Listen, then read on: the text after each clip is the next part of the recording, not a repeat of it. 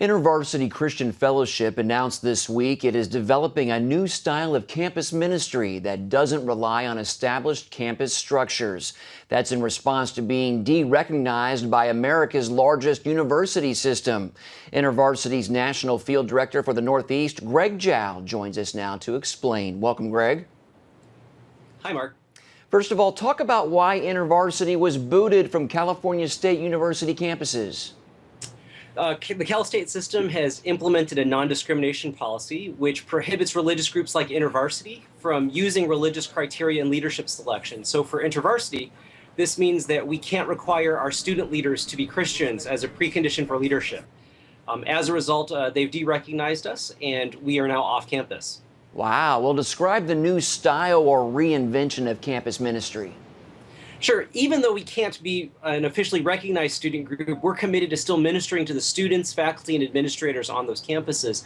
So we're doing a couple things to try to help our students respond. First, as we've studied the scriptures, we've been watching in the book of Acts how the early church moves from the temple to the houses to the synagogues to the marketplaces. So we've asked ourselves, if we can't meet in campus buildings easily, how do we grow our ministry? And one way is that we're helping our student-led Bible studies to multiply much more quickly and much more frequently than they did before, because even though we may not have access to university buildings, they can't and won't stop student Bible studies from meeting in dorm rooms and student lounges or student union. So by increasing the rate at which student small groups are multiplying, we're trying to reach more people in the same way. We're also using interactive art displays that we call proxy stations, whether pocket-sized or on a sandwich board, as a way of engaging students on the quads, helping provoke the deepest questions they may have. So one entire series revolves around a red Dixie cup, which in campus culture is about partying, but which we're asking, what's really making you thirsty? And what would satisfy your deepest thirsts and longings? And using that as a springboard to talk about who Jesus is. And then we're equipping students with practical tools, backpacks that have banners attached to them because we can't actually have tables at a student activities fair. I think the most critical thing that we're doing is we're empowering students to actually lead the ministry. We can't gather necessarily in large meetings very easily or cheaply, but our students are everywhere. And if they learn to be a winsome, compelling witness wherever they're at, ministry is going to occur. Well, it sounds like these will be effective methods, and I understand they will cost a lot more, but I take it that InterVarsity believes it's worth it, considering as you guys approach your 75th anniversary, that the organization hopes to build from last school year's record rates, I understand, of participation and evangelism? That's right. Even though the university is disinterested in having us on campus, we actually believe students and faculty are more spiritually open and more spiritually hungry than ever before.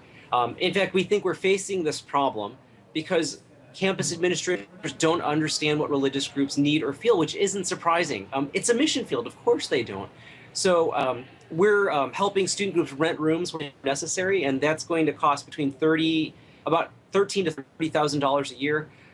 But ultimately, we believe the message of Jesus Christ is going to move ahead. And so we're encouraging our students to remain true to their faith, clear about what they believe, and committed to ministry on campus. And that's what we found. University students, whenever they're given an opportunity to choose between their theological commitments and easy access to a room, they've almost uniformly said, we're not selling our theological heritage for room reservations. And they've emerged clearer about their faith and more committed to understanding what they believe. Amen. That's very encouraging. Well, what's going to happen to the InterVarsity chapters on the remaining 616 college campuses across America?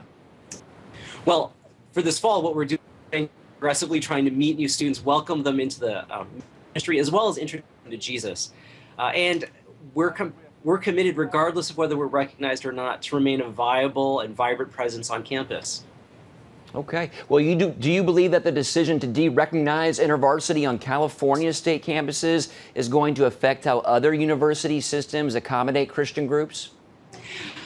You know, it is the largest public university system in the country, so I think it does have negative precedential value for us.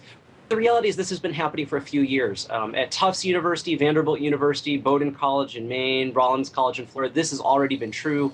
SUNY Buffalo has already de-recognized us. So I do think it is a trend. What gives me some hope is a number of universities, when confronted with kind of the absurdity of the position that you're using a non-discrimination policy to actually exclude religious groups rather than protect religious groups, have actually changed course and created exemptions so that religious groups can remain distinctively religious. So at Texas, Austin, Ohio State University, University of Florida, universities have said, well, the non-discrimination policy, and the best way to include and welcome religious groups is to allow the student leaders to be chosen using religious criteria so the group actually reflects the religious values of the organization. And finally, Greg, how can local churches help InterVarsity? Well, there are two primary things I'd love local churches to do. One, obviously, is to pray. I'm convinced this is a mission issue, and so we're praying that God would intervene and change the hearts of administrators and open doors. I think the second thing that churches could do would be to commission their college students to attend universities, not just as students, but actually as ambassadors for Jesus.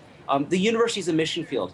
And if we can train college students to approach the university as a mission field, we've trained them for a lifetime of witness in their neighborhoods, in their workplaces, in their social groups. So wouldn't it be fantastic if this Sunday or next Sunday we invited everybody headed off to college to stand and we commissioned them just like they were missionaries going overseas?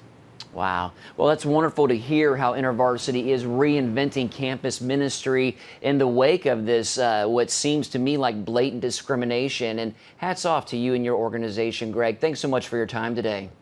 Thanks for your interest. I appreciate it.